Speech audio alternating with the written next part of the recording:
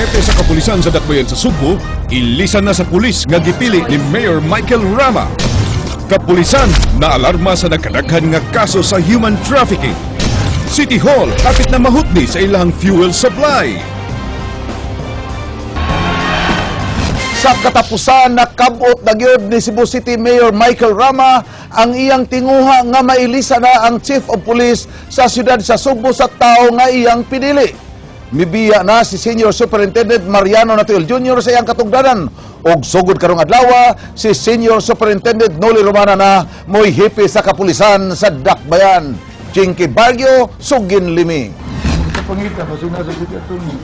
Sud sa pila ka buwan nga hinangyo nahatagan na gyud og katumanan ang dugay na nga pangandoy ni Mayor Mike Rama nga si Police Senior Superintendent Noli Romana ang himuong hepe sa Cebu City Police Office. Kaganiyang buntag lang nadawat sa Human Resource and Personnel Division sa PRO7 ang order gikan sa Camp Crame nga nagtudlo kang Romana nga mo'y mupuli ni Police Senior Superintendent Mariano Natuel Jr. sa maong posisyon. Ang Chief of Staff sa PRO7 miingon nga ilan ang napahibaw si Romana ug Natuel kabahin sa mong order nga gi-issue sa National Headquarters. Asking our officer in charge to designate Senior Superintendent Noli Romana to be a full-time City Director of Cebu. So we will be coordinating with the City Mayor and of course the availability of our officer in charge as to the formal assumption of office and turnover. Karong Huwebes, ipaygayon ang formal turnover of command sa Cebu City Police Office. Suway nga gikuan sa iyang reaksyon si Romana apan wa pa kini sa PRO7 ug di sa makontak sa iyang telepono. Samtang si Natuel mapasigarbon sa iyang bahin nga bisan pa man sa mga krimen nga nahitabo sa syudad, kadaghanan niini ang nahatagan niya og kasulbaran sud sa 5 ka buwan niya nga paghupot sa maong posisyon. Ang continue lang yapon ng trabaho, no? Natural lang ni siya ang transfer sa sa mga officers, like City Director, officers come and go lang. Sa paglingkod unya ni Romana dakong hagit alang siyang liderato mo ang padayon nga pagsumpo sa illegal gambling activities ug pagkuyanap sa ginadaling droga sa syudad. Si Acting Mayor Edgar Labella mipadayag nga labing mahinungdanon alang kanila nga masubay kung unsay gimando sa balaod nga pamaagi sa pagpili sa usa ka hepe sa pulis. As we all know, na the mayor's posture on this regard is just to uphold the rule of law. Since there is that Republic Act 8550 that grants the mayor the authority to appoint. Jinky Bargio, News 5. Usa sa labing unang tahas ni Superintendent Noli Romana isip bagong hepe sa Cebu City Police, mao ang pag-imbestigar sa usa ka kaso nga dunay kalabutan sa Witness Protection Program kun WPP. Usa ka suwat gikan sa buhatan sa WPP ang bag-ohay lang nilang gipada sa Cebu City Police Office pinaagi kang Senior Chief Superintendent Mariano Natuel Jr. nga naghangyo nga imbestigaron sa maong buhatan ang sumbong sa usa ka 21 anyos nga babae. Sumala pa sa maong sumbong, gilugos ang 21 anyos nga babae sa makadagang higayon sa usa ka sa mga marshal sa Witness Protection Program sud mismo sa WPP Safe House nga ana mahimutang sa Barangay Guadalupe. Ang maong babae nahimong biktima usab sa gang rape hinungdan nga nasulod sa Witness Protection Program sukad niadtong Disyembre 2012 hangtod niadtong miaging Huwebes, Hulyo 25. Matod ni Fiscal Gina Ipong Avila, pango sa WPP sa Department of Justice, ilang paaboton ang resulta sa investigasyon nga himuon sa Cebu City Police. Sukad atong Biyernes, Hulyo 26, gipaubos na sa 3-month preventive suspension ang WPP Marshal kagipasangin lang ng logo sa rape victim nga ubos unta sa ilang proteksyon. Lain pa unyang atimanunon sa bagong hepe sa Cebu City Police, mao ang nag-anam kadaghan nga kaso sa human trafficking. Matod sa mga taho, pipila ka mga babae gikan sa laing mga lalawigan ang mahidangat sa siyudad sa Sugbo, dala ang pasalig nga sila makatrabaho isip katabang sa panimalay o mga sales girls. Apan, trabaho sa massage parlors o mga bar sa Dakbayan, mao'y ilang madangatan. Ang siyudad sa Sugbo, usa lang sa mga dapit sa lalawigan nga adunay suliran sa human trafficking. Ang Regional Anti-Human Trafficking Task Force na alarma sa nag-anam kadaghan nga mga kaso.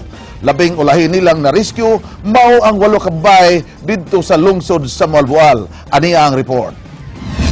Alang sa mga operatiba sa Regional Anti-Human Trafficking Task Force, natiaw ang nagkataas nga gidaghanon sa mga nabiktima sa human ug sex trafficking nga nahitabo karon sa rehiyon. Sudlang ning buwana, 5 na ka mga operasyon ang ilang napahigayon. So we are conducting this campaign in order to intensify our efforts to watch over our minors. That's why we have this consistent operations. Bottom line, the reason behind nga nung ani sila because of poverty, ang kalisod. No? Kung muhimo ta og proactive measures, dapat usa sa mga mahimo naton ni kanang gitawag natong livelihood program. Kagahapon, pinakawahing na rescue sa kapulisan, maong 8 ka mga babae nga gibugaw sa usa ka Gen V Cabaluna, 29 anyos nga taga Basjot, Mualboal. Ang mga babae nga iyang gibugaw, gikan pa sa Danao, Liluan, Mualboal ug Alcantara. Ang pagkasikop ni Cabaluna nahitabo diyang gipaygayon ng usa ka entrapment operation sa kapulisan, din gibayran siya og bogus nga salapi sa kantidad nga 27,000 pesos. Apan ang suspect siyang bahin, hugot nga nangulipas nga pagsupak dahil sa balaod ng iyang gihimong pagbugaw sa nisgutang mga babae. Ang storya ana god is ginbay trami ana og laglaag nya ako nag-expect nga may ana din ang sitwasyon ana ba pero naaraman mi sa van wala man jud mi kanang nakot and the act sa hotels or unsa diha. Laraw sab karon sa kapulisan nga pasakan og kaso ang mga ginikanan sa mga babae tungod sa kapakyas nila pagpugong sa ilang mga anak nga musod sa maong binuhatan. Jinky Bargio, News 5. Agig tabang sa peace and order condition sa Cebu City, bukas si Governor Junjun Davide sa plano ni Cebu City Mayor Michael Rama nga magbutang og police outpost sa mga yuta sa Kapitolyo nga nimutang sa Dakbayan. Inoon mato ni Davide, iya pa kining ikonsulta sa Junta Provincial. Tuyo ni Mayor Rama nga butangan og mga police outposts ang Barangay Lahog ug Frente Rotunda aron mulambo ang peace and order condition sa Dakbayan. Kami ni Mayor Rama will probably have to sit down and we'll talk about that. I'll take this up also with the provincial board. So that kung ano na ibutang ang detachment and then provincial lot na, so kinahanglan lang yun. Kami yun na consultation sa... Sa City Hall, problema sa budget mo resulta unya sa pagmenos sa fuel allocation sa mga opisyal sa Dakbayan.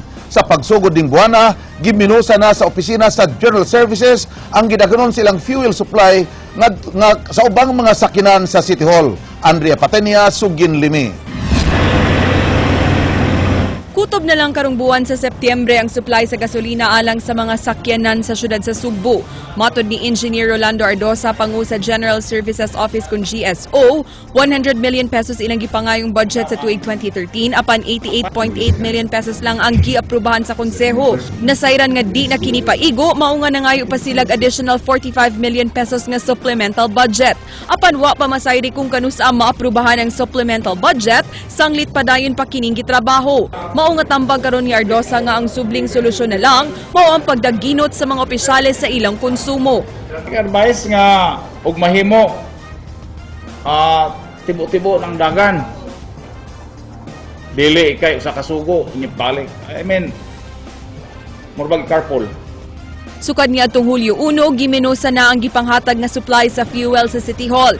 Gikan sa 150 liters matag buwan, 100 liters na lang ang gihatag sa mga department heads. Samtang giminusan gikan sa 100 liters ngadto sa 80 liters ang allocation sa mga assistant department heads.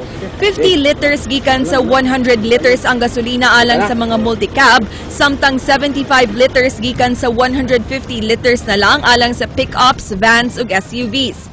Katunga ang gimeno sa alokasyon sa gasolina sa mga barangay buses, motorsiklo ug heavy equipment.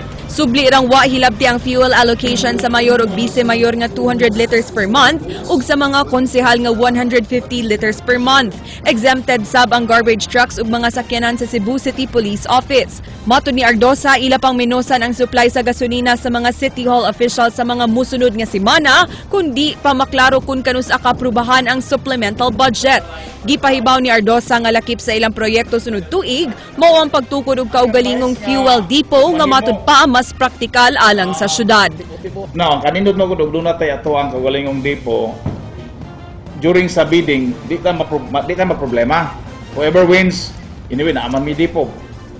Kan ka diha, bagsa ka diha. So in other words, including gagmay nga entrepreneur